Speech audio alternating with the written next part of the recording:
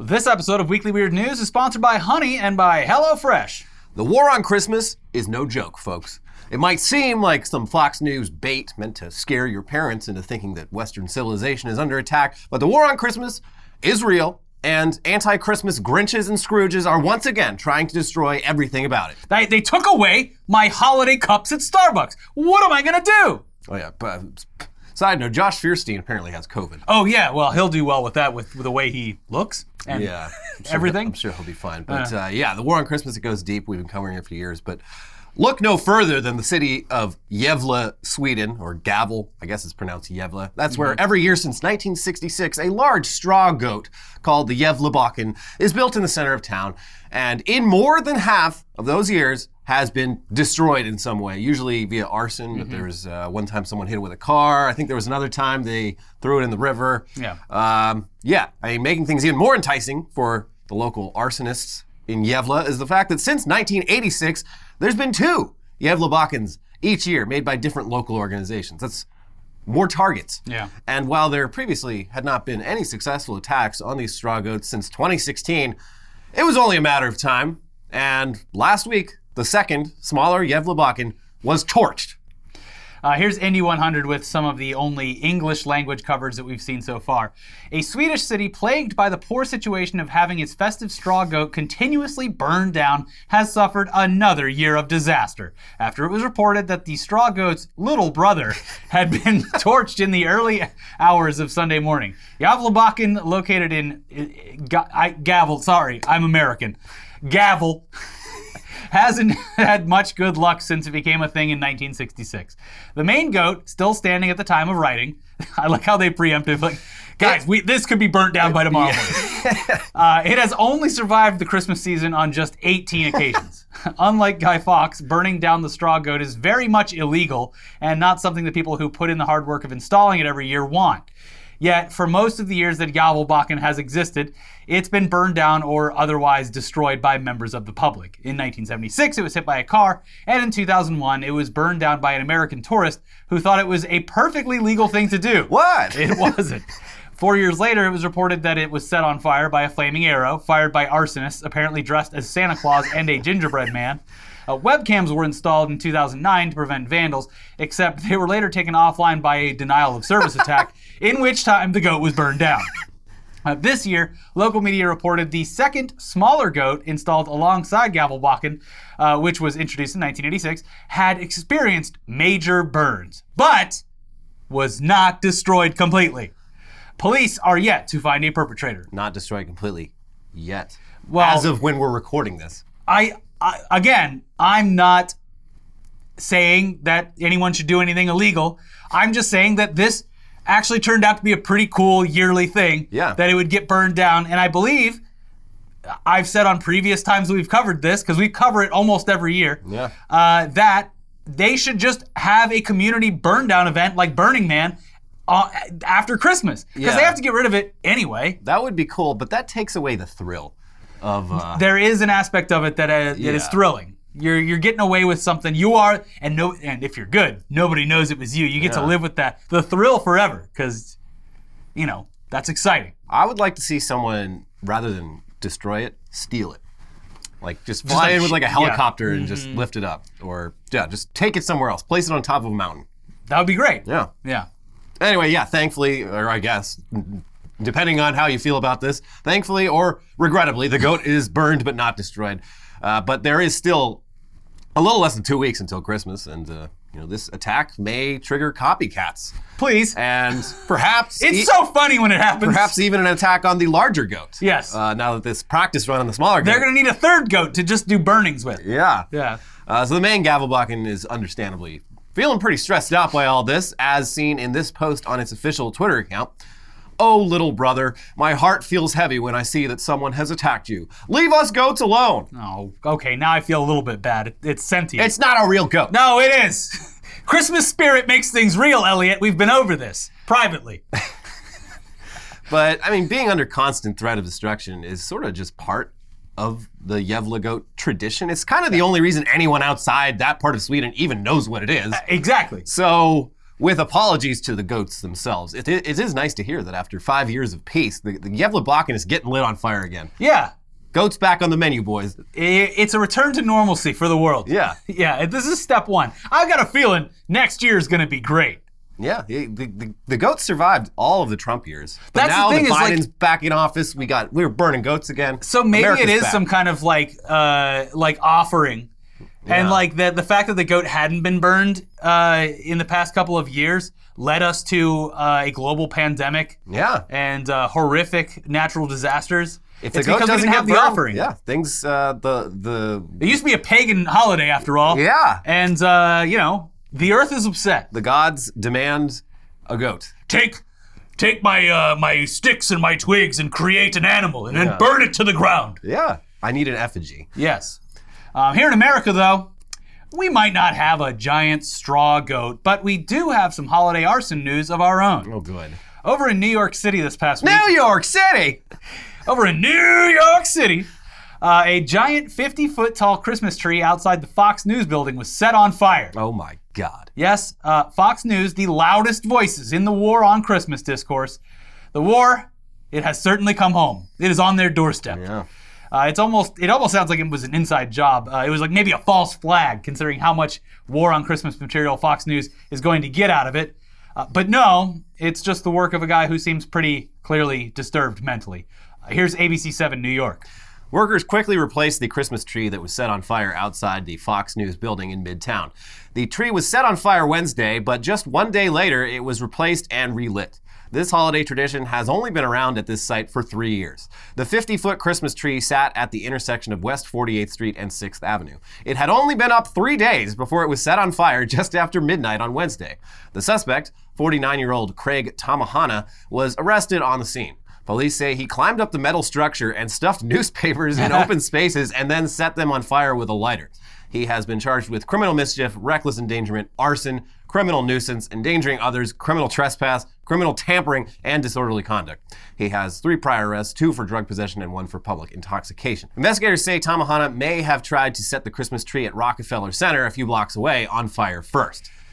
I mean, that's the ultimate. globally known, famous one. That's the crown jewel for arsonists. Well, burning down the Rockefeller Center. On to the next one. Yeah. To get a sense of why the arsonist did this, here's the New York Post. The firebug who allegedly torched the Christmas tree outside the News Corp building in Midtown told police that he had been thinking about lighting the tree on fire all day long. He's got an itch. That's what a criminal complaint revealed. Craig Tamahana, 49, who is homeless, allegedly set the 50-foot tree ablaze shortly after midnight Wednesday, causing $500,000 in damage to the holiday display outside the building at 6th Avenue and West 48th Street that houses Fox News, The Wall Street Journal, and The New York Post. After his arrest, Tamahana, who is known to hang out in the area, told a detective, "I've been thinking about lighting the tree on fire all day long." Still, Tamahana told reporters outside Manhattan Criminal Court Wednesday night that he didn't do it, and went on an incoherent rant before asking for a cigarette. "Their moms that want to rape their fucking daughters, they set it on fire," yelled the man, who had also allegedly exposed himself outside the Ghislaine Maxwell trial last week. This guy gets around. He really does. He's a local troublemaker. Not a troublemaker. It sounds like a hero to me. Yeah. He's out there bringing attention to the Ghislaine Maxwell trial when everyone's looking the other way. He's out there bringing a little fun from Sweden to America by setting the Christmas tree on fire. Yeah. I cannot fathom how they spent $500,000 on a Christmas tree. Yeah, display. this seems like insurance fraud. Yeah. Whoa, that tree was $500,000. $5,000? No, $500,000. $500,000 tree. Seems like a waste of money. What, did they cut it down in like a fucking national park? Fine on purpose. They're like, we need it from the Black Hills of South Dakota. Yeah. But yeah, I mean, you hear what this guy's like, and it's less of a war on Christmas thing and more just the work of a homeless man with clear mental illness. Yeah. This isn't a conspiracy against Christmas or anything. They put so many charges on him though that are just like above and beyond. Yeah. Like this is shit that teenagers do and get away with. So I don't know. Yeah. This seems a little harsh. It does. Yeah. But yeah. And his priors are just like weak shit. Drug possession, drunk in public. Like he really upped the ante this time. Let this man go. It's Christmas. Yeah. But yeah, despite this not really being a war on Christmas thing, that did not stop Fox News from going with that angle, because for them, this freak incident is a content goldmine. We've been attacked. Yeah. Attack on America. Yeah. Tucker Carlson called it literally a hate crime against Christians. Oh my God. As did Brian Kilmeade. And Lawrence Jones said that this wasn't just an attack on Fox News' tree, but rather an attack on America's tree. Oh my God. Whatever Shut the up. hell that means. But the most hyperbolic Fox News reaction to their tree getting lit on fire by a homeless man came during the ceremony debuting the replacement tree. Let's just watch the clip. Here's the Reverend Jacques de Graff. Somebody asked me, why are you here? I'm here because these colors don't run. 80 years ago this week, they tried to extinguish the darkness at a place called Pearl Harbor. We didn't fold then, and we won't fold now because we've come this far by faith. So yes, that man just compared a tree catching on fire to the Pearl Harbor attacks that killed over 2,400 people and pushed the U.S. into World War II. Maybe just a bit much with that. Does he think that we should bomb New York to to make New York pay for New York doing this? Yeah. I mean, most of these Fox people probably would love to send homeless people into concentration camps. So, do you think that this is what put Chris Williams over the edge, and that's why he finally resigned from Fox News? Oh, the war on Christmas again? Yeah. Well, that's the thing is what was it? Just last year where Shepard Smith was like, all right, either he was pushed out or he actually left, but he was one of two sometimes rational voices left on that network, and now with Chris Williams gone. Chris Wallace. Sorry, Chris Wallace. Sorry. I'm thinking of Brian Williams, the guy that faked that helicopter attack overseas. No, Chris Wallace left. And now, he was the last bit of actual newsman that they had at the... He was getting, yelled at by Trump for, asking questions and stuff. Well, Very unfair. Trump tried to kill him at the debate. He was the one moderating. Yeah. Yeah. But that's the war on Christmas it never ends. Is fully back on. Guys, stay safe out there. The Joe Biden supply chain issue wasn't tantalizing enough. Everyone's just if it wasn't COVID times, I think that would have had more of a bite to it. Yeah. But the fact that it was COVID times, and people are just shit's wacky. Deliveries right now. take a long time. Okay. Yeah. But so they're just oh, fuck yeah, our Christmas tree caught on fire. This is the content we've been looking for. Finally, we have something to talk about for the next 2 weeks. But really, I think they should have left the burnt tree up because it would have been like a martyr situation. People would have come from all over to see what they did. Exactly. Instead, they just replaced it, and it's look, this essentially nothing happened except you guys got a bunch of news stories to talk about yourself. And they should just leave this tree up all year round. I think they should. I think that they should put their tree where their mouth is and celebrate Christmas 24/7, 365. Yeah. Yeah. I agree. But speaking of timeless American monuments that people can't help but try to destroy, this country, it's obviously full of monuments to the Confederacy, which, by the way, only came around recently. Yeah. They weren't put up hundreds of years ago. Ancient the war timeless. wasn't even hundreds of years ago. Yeah. The treasonous losers who unsuccessfully fought a war over whether they could continue to own human beings as slaves, there's monuments to those people in this country, as you're probably aware by now. And for the most part, the monuments, like we said, not even old. Most of them built several decades after the Civil War, which is pretty recent history. Mm-hmm. And a lot of them also look like complete dog shit. But the worst example would definitely be this statue of Nathan Bedford Forrest in Nashville, which looks like it's based on a child's drawing. Looks like dog shit. That's why my mama named me Forrest. After Nathan Bedford. They used to ride around with pillowcases on their heads. Honestly, all the Confederate statues in this country, out of all of them, this one should probably just stay up because of how bad it looks. Yeah. As an example. But alas, it's finally being taken down after years of various acts of vandalism inflicted on it. Yeah, here's the Tennessean. The contentious Nathan Bedford Forrest statue that stood along Interstate 65 in Nashville for more than 2 decades came down Tuesday. The move comes just over a year after the owner of the statue died. Bill Doris died in November 2020. The statue of Forrest, located on private property alongside I-65 south of downtown, portrays the early Ku Klux Klan leader and former Confederate general riding a horse. Doris's will has been negotiated in probate court since late last year. Trent Watrous, the executor of Doris's will, released a joint statement Tuesday with his lawyer, Todd Presnell, and the Battle of Nashville Trust, explaining why the statue was removed. The will left Doris's property on Hogan Road, where the statue stood, to the Battle of Nashville Trust. After getting Walters's approval, the organization decided to remove the statue, according to the statement.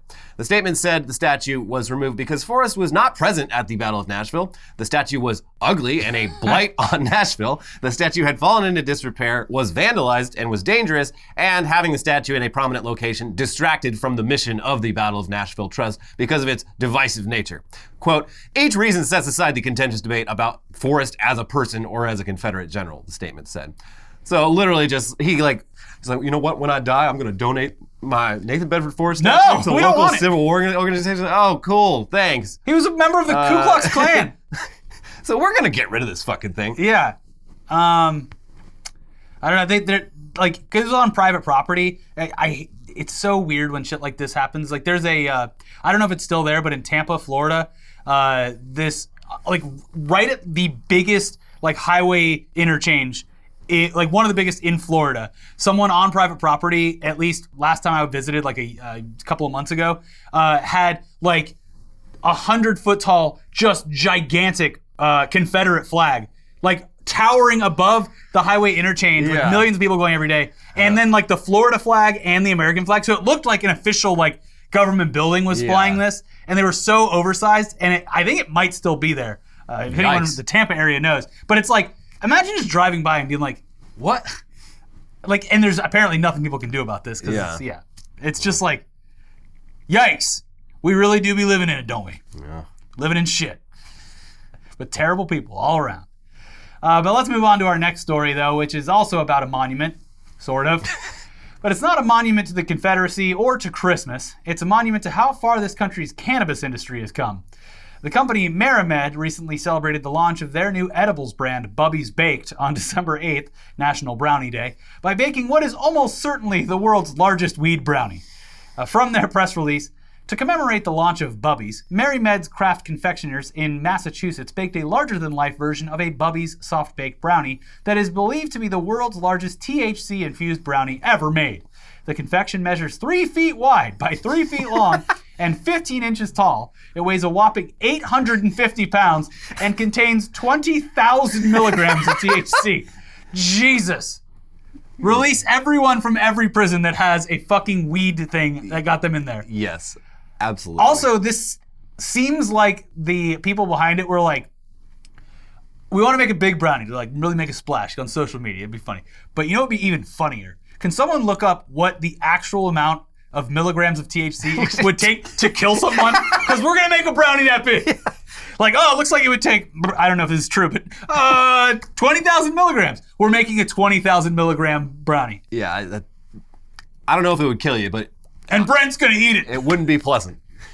We got him Netflix and a bag of Doritos, and he is going to eat this brownie. Might take him a while, but he's pledged to do it. Brent saw God.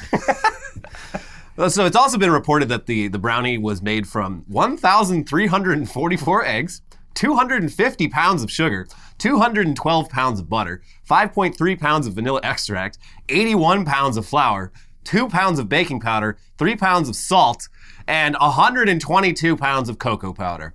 It's unclear what exactly they plan on doing with this. One guy is going to eat the entire thing and die. But yeah, that's certainly enough to get hundreds or even thousands of people high as fuck. And we salute them for it. But just imagine. Get every elephant down to the zoo, just doinked.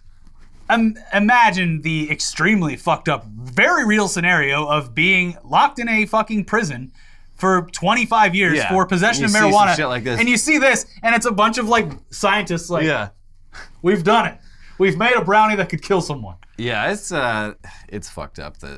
It's cool that we're, at least most of the states are. That we're very moving forward on the. But yeah, it's gotta suck to, especially in the more conservative states where they'll fucking throw your ass in prison for like possession of an ounce or something.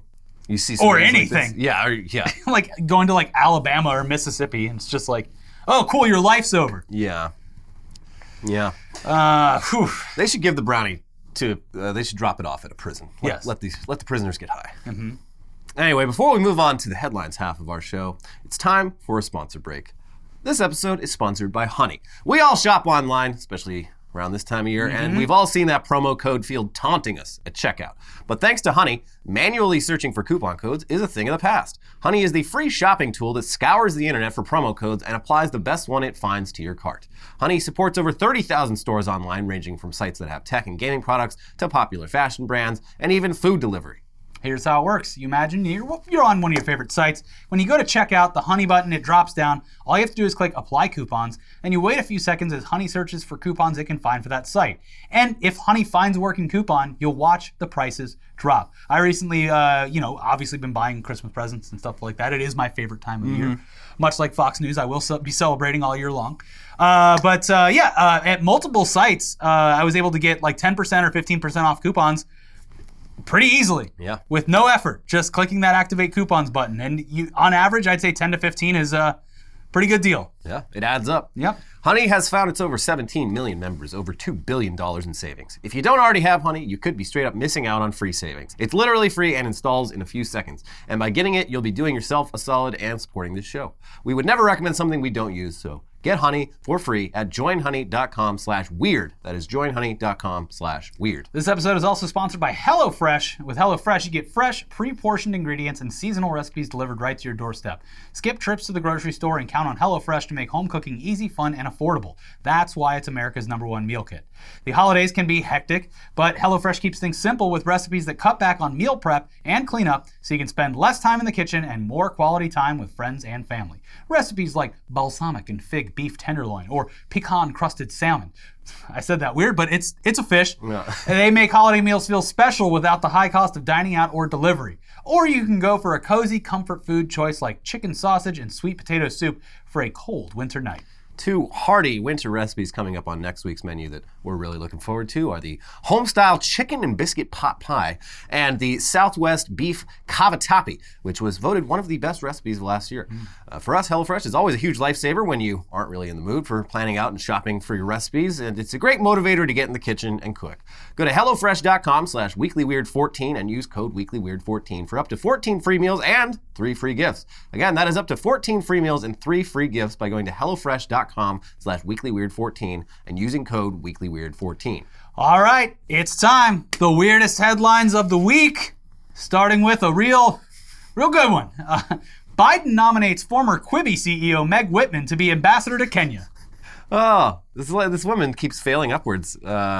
She failed at running for governor of California, failed at making Quibi a thing, and now she's getting sent to Africa. This is my favorite thing Biden is doing, is he's just sending away people we're tired of seeing, like our dipshit mayor getting sent to India to be an ambassador there. Meg Whitman is like, no, this country can't handle another Quibi. You go over to Kenya and do ambassador stuff. Well, the best part is that, she does have a long, quite successful career, but will forever be known as Quibi CEO. Yeah, like she ran like Hewlett Packard and eBay for like 20 years. Yeah. And that's how bad this company is. It literally soiled her name forever. All the headlines about this. Same with Katzenberg, who has had one of the most successful careers in show business. Huge. And now is seen as a huge failure because of this stupid fucking idea. It has tainted. Katzenberg especially, I mean, I guess both these people didn't need to do it, but like Katzenberg, it's like, what are you doing? You had such a sort of untainted legacy before you decided to create an app for millennials that you clearly don't understand a thing about. And you could have just had a perfect legacy, but you had to go and make Quibi. But whatever, a lot of people got paid. Yeah, so that's good. Yeah. COVID-19. Death metal band Omicron won't change its name. It actually got a little bit cooler. Yeah, and why would they? Like, I mean, especially for a death metal band. Yeah. Like, this is perfect. You accidentally named your band after a disease? That's fucking brilliant. Well, no, it's just... We just thought the word sounded cool, but now it's got even more meaning It's the Greek alphabet, so it's like, this wasn't from nowhere. But it's like when I believe they did for a while, or at least didn't tour any, but when Anthrax... when that happened after the World Trade Center attacks. Yeah, I always forget about that. But like right after 9/11, like people were getting anthrax mailed to them. Yeah. And they never figured out who did it. Yeah, it was like journalists and politicians are getting anthrax mailed to them. So the band's just like, oh, God damn it. Yeah. Oh, this sucks. Why did we name our cool band after a deadly... We really didn't think this through. We never thought that people would actually do this. That's sick. But yeah, so look, Omicron is just a stepping stone in the what's rest of everything. What's the next one? I have no idea. Well, I hope it's Ligma. We haven't got to Ligma yet. Yeah. So maybe it'll be that. And then all the Fortnite kids are gonna have to change their names. No, actually, I won't. It makes my character cooler. Yeah, I'm dangerous, just like COVID-19. And Ligma's nuts. Dozens of camels barred from Saudi beauty contest over Botox. These cheaters. You don't understand. These camels get migraines. They need the Botox for their migraines. Yeah, this is apparently a thing. There's camel beauty contests in Saudi Arabia. Good, because I've seen some ugly camels. Yeah, I mean, I think I'd like to see a beautiful camel. Like they're great animals, but they are kind of by nature like not exactly the prettiest animals. Especially when you look at them head on. Yeah, the side profile is what everyone sees. Yeah, when we were in Abu Dhabi, like that was one of the only times I've ever actually seen a camel like you gross up ass. Close in person. I'm like, this is such a weird looking animal. Oh, brush your teeth, camel. Yeah, nasty. They spit on you. Yeah. But yeah, I guess I looked up like what do these beautiful camels look like, and to me they just look like camels. But I don't know. I guess if but then there's like dogs that are in the dog show where you're just like, oh yeah, that one looks pretty. That one is whatever. But then like the uglier one will win because it's like, oh well, this one's fur is supposed to go like this. Yeah. But now they've this one's breed, the fur goes like this. And he told up his tail and he's got a real clean butthole. Yeah. Got to make sure you got to see that clean butthole. I mean, people there was cheating in dog shows. People have neutered. You're not supposed to neuter male dogs if you put them into shows, but people were like adding fake. The fake balls, to their dogs and getting caught doing that. Yeah, that's you gotta touch the balls and make sure they're real. The dog has to cry. Yeah, this dog must suffer to win, just like in a real beauty contest. Yeah. Everyone must be suffering all the time. It has to be fucking degrading. All right, dog. What would you like to say to the president? Thank you. Man attacked by 20 otters, bitten 26 times. I thought I was going to die. What a way to fucking go. Yeah. But yeah, you don't realize it looking at them. They look cute. But they're fucking vicious. Yeah. They, this happened in Singapore where there's a botanical garden where I guess a whole lot of otters live there. Mm-hmm. And they targeted this man. They got very upset and they pounced on him. They knocked him down. They were just chewing all over his legs and shit. Horrific. The greatest trick the devil ever played was making cute animals vicious. Yeah. Deadly. Just like those drop bears. Yeah. In Australia. There's so many cute animals that you'd love to pet. You just can't do it. You can't do it. Because I go to the zoo. I watch the otters. They're beautiful creatures. Yeah. I wish I could hug one. Majestic. They're a mammal. They told me to leave. But they like the water. Sir, can you leave? The otters are not going to hug you. They will viciously attack you. They will rip your face off. Like that lady with the monkey that fell in love with her. Yeah. She just wanted a hug. It would have ripped her limb from limb. Yeah, it would, without even thinking about it. Mm-hmm. And camels, those adorable camels. Aren't they just beautiful? They also, like, that's another thing. When we were in Abu Dhabi, like, anywhere even close to camels, there were just, like, huge signs being like, do not get close to the camels. You will get MERS and you will fucking die. Yeah. They are just disease-ridden. Yes.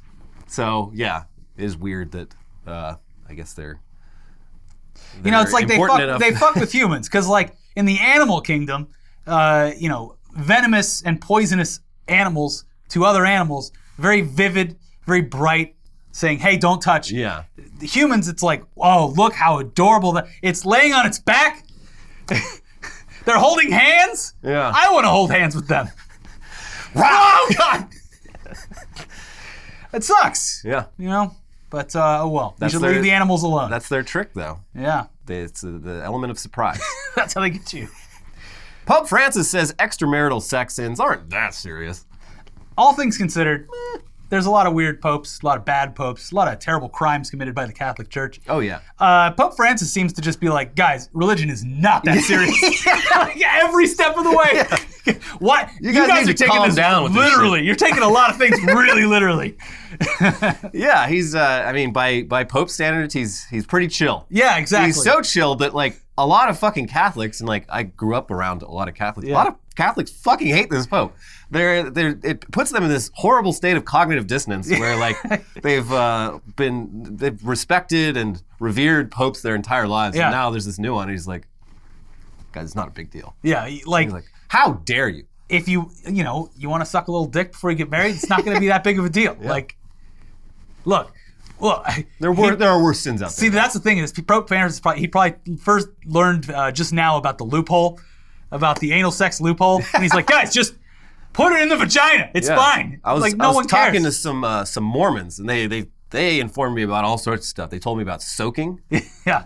You're not doing it. Your dick just happens to be there. Yes. So you're not having sex. Loophole. So just do it. It's not that big of a deal. Yeah. Who cares? Unless it's sounding. Yeah. Don't do sounding, which I just learned about on a podcast the other day. Yeah. Don't even look that up. No. Mom, 48, stole daughter's identity to start college and date young guys. Didn't this happen recently too in like Miami? Oh, I don't know, but this lady, it's Oh fucking... no, it was the Instagram lady. The one that was posing as if she was going to a high school and she was trying to get her Instagram followers up. Yeah, she, there was, the lady she just dressed up like a kid. Yeah. And like was just going to a school like, hey guys, I wanna post the come on my dankest memes. Yeah. Come to my page. This lady, this lady actually committed a crime. Yes. She stole her daughter's identity and took out a bunch of fucking student loans. Oh! And, yeah. I mean, you can go to college if you're 48. Yeah, no problem. It's a little weird to pretend that you're like actually in your 20s while you're there. And also I mean, this lady doesn't look like that bad for her age, but I still find it a little hard to believe that none of the boys she was dating I don't think they could cared. tell. I don't think they probably were like, dude, MILF. Yeah. Totally sweet. Yeah. Yeah. That's gotta be it. But I don't know. I think that there's probably like there might be like more of this kind of stuff because I feel like because of the pandemic, everyone who was like just living, like changing, you're like, oh fuck, like there's a before and after. Yeah. And like before you were young, and after the pandemic now you're old. And I feel like there's gonna be like a lot of like stress of like not living your life for 3 years. It's gonna really take a toll on people. Yeah. So I could see more crimes like this happening. But I think that other lady committed a crime too, because I don't think she was allowed to be Yeah, anywhere you're near not. that high school. You can't just go into a school. Yeah. Yeah, that's trespassing. Man, 67, charged after stopping an intersection to eat chicken wings. And this was in Ontario. The picture of it's hilarious. He's just stopped in the middle of like a snowstorm, basically. It's like, I wouldn't want to do anything dangerous. needed to eat these wings while they were still hot. It's real chilly up here in Ontario. Just imagine someone eating wings and then like just touching their steering wheel. Just like, Yeah, wings are like... it's the messiest food you could eat in the I car. love eating wings, but yeah, it's a real messy. There's just no clean way to eat wings, like, unless you have like gloves or something. Like, doing it in the car. He had gloves because it's cold there, and then he just put the gloves all over the mittens, wool mittens, eating chicken wings. These are my wing mittens. Just sticky. And... It's just disgusting. Like even when you eat wings with your hands and then wash them, like sometimes you still have like fucking residue. wing residue. Yeah, depending on how heavily glazed And they are. Like if you're driving, it's a two-handed task eating a chicken wing. Yeah. Unless you do like the pro way, you put it in your mouth. Yeah. Yes. Which I do. Yes, it is very, very nice. But by the way, this guy must be extremely wealthy because wings are a delicacy now with how expensive they are. Yeah, thanks, Biden. Joe Biden doesn't want you eating wings. It's not entirely his fault, but it is funny to blame it on him and Trump. Yeah. Bah humbug. Italy bishop tells children Santa doesn't exist. Man, the religious people in Italy are batting 1,000 recently. Yeah. And this guy, like, the war on Christmas stuff is, it's always struck me as weird because, like, they come from a place of, like, Christianity. Yeah. But they're obsessed with, like, Santa Claus and, like, all these, like, really secular sides of the Christmas holiday. This guy, this priest in Italy, he's got the right idea. He's, Santa Claus and Rudolph, they're encroaching on his territory. Yeah. Or Jesus's territory. The real reason for the season. I don't know. It's like a drug dealer. You got to get the kids in with Santa and the reindeer, and then you teach them about Jesus. It's like, hey, look, I know it's fun. You see the guy with the big red suit on, his reindeer. You're getting presents, but the real reason for the season is this tiny baby. And that baby grew up to get nailed to a cross by the Romans. Yeah. Pretty cool, huh? Pretty awesome. He died, but then he came back. Yeah, for a little bit. But he died for your sins. And people gave him presents. Yeah. All the sins you children are making. All of children's favorite gifts, gold, frankincense, and myrrh. Every little boy wants to wake up on Christmas morning and get myrrhs. Yeah. This is, people do this all the time, intentionally or not. Trump did it, remember? Yeah. Hey, you still believe in Santa Claus? Wait, what is it? What are you, 7 or 8? Yeah.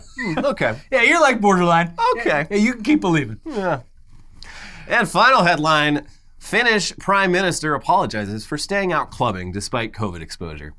And this, she's one of the youngest prime ministers or heads of state in the world, but I would say probably top 5 hottest heads of state. She's let her club. She's bad. Yeah, let her club. Yeah, she pretty irresponsible. She was notified that she had been exposed to COVID by one of her cabinet members, and then just went out clubbing till like 4 in the morning. If you were like known to be exposed, then you probably shouldn't do that. It's a bad look. Yeah. Otherwise, she looks great. I wish we had politicians this cool. Yeah, you don't can you imagine seeing Joe Biden in the club? No. Joe Biden goes to bed at 6 p.m. Although we have had to, sadly, horrifically, have to imagine Matt Gaetz at a club because of all the stories about him. At an all ages club. Yeah. Hey, you girls! Hey, this is my buddy. This is my buddy Joel. Joel. Hey, he's gonna get your number. Pills. He's got whatever you want. We got a suite at the hotel next door. You want to come down to the candy shop? Anyways, do you know who my dad is? You guys got Venmo? God damn it. Yeah. Look, at least she had some shame, apologized for it, and in any other time would have apparently been very proud to have gone out clubbing, even though being a politician, you would think that might hold you back from it. Yeah. Yeah, she's only like 36, I think. Mm-hmm. She's the same age as me, and she's running a country. Yeah. And working all day, working hard, playing hard. Yeah. Playing real hard. Yeah. Till 4 a.m. This is way cooler than when Gavin Newsom got caught eating in a restaurant. Yes. That was embarrassing. That was a bad look. But still, I'm going to say she probably shouldn't have gone if she was exposed to, yes. Although, if she's all vaxxed up and shit. Yeah, get a little rapid test. Like, if this was a year ago, I'd be like, oh, you've been around someone with COVID. I'd be like, oh, fuck. But now it's like, all right, well, I guess I'll see what happens. Hey, good thing that Omicron kind of turned out to be exactly what we thought it was going to be, which is apparently less deadly. Yeah. So that's good. Because that was, what a way to start December. Yeah. Hey, we know you guys are gearing up for the holidays, but what if we told you there's a new variant and it's more transmissible? That's right. I would say, fuck off, I'm done listening. Yeah. I got my booster. Did you see, God, there was someone on Something Awful posted about, and like something awful, so they could just be lying. It could be them doing a bit, but they posted this long post about how they've gotten like 30 COVID shots. No, because they're just like super paranoid about getting it, and like it's become like a way to like a stress release for them. Like if I'm having a rough day, I go and get another vaccine. I feel better about myself. They need to study this person. Yeah. Like that's kind of weird because like. For me, every time after, like every shot, the side effects were worse the next day. And it only lasted for a day, but every time. So this guy, like, I can't imagine after 30 shots. Just doing fucking horrible. Yeah. Yeah. But I was the same way. Like before I got my booster, it was like I was getting to the point where I was like, all right, yeah, kind of feeling nervous again. Top me off, Doc. Top me off. I got to go to Florida. Top me off. Yeah. So we'll see how it goes. Yeah. Going right into the belly of the beast. Going to Florida next weekend. Wish me luck, everyone. Yeah. I'm gonna be. You'll see me if you're in Florida. You'll see me. I'll be the only person wearing a mask. Yeah. It's a full hazmat suit. There's that guy. The biggest mask I've ever seen.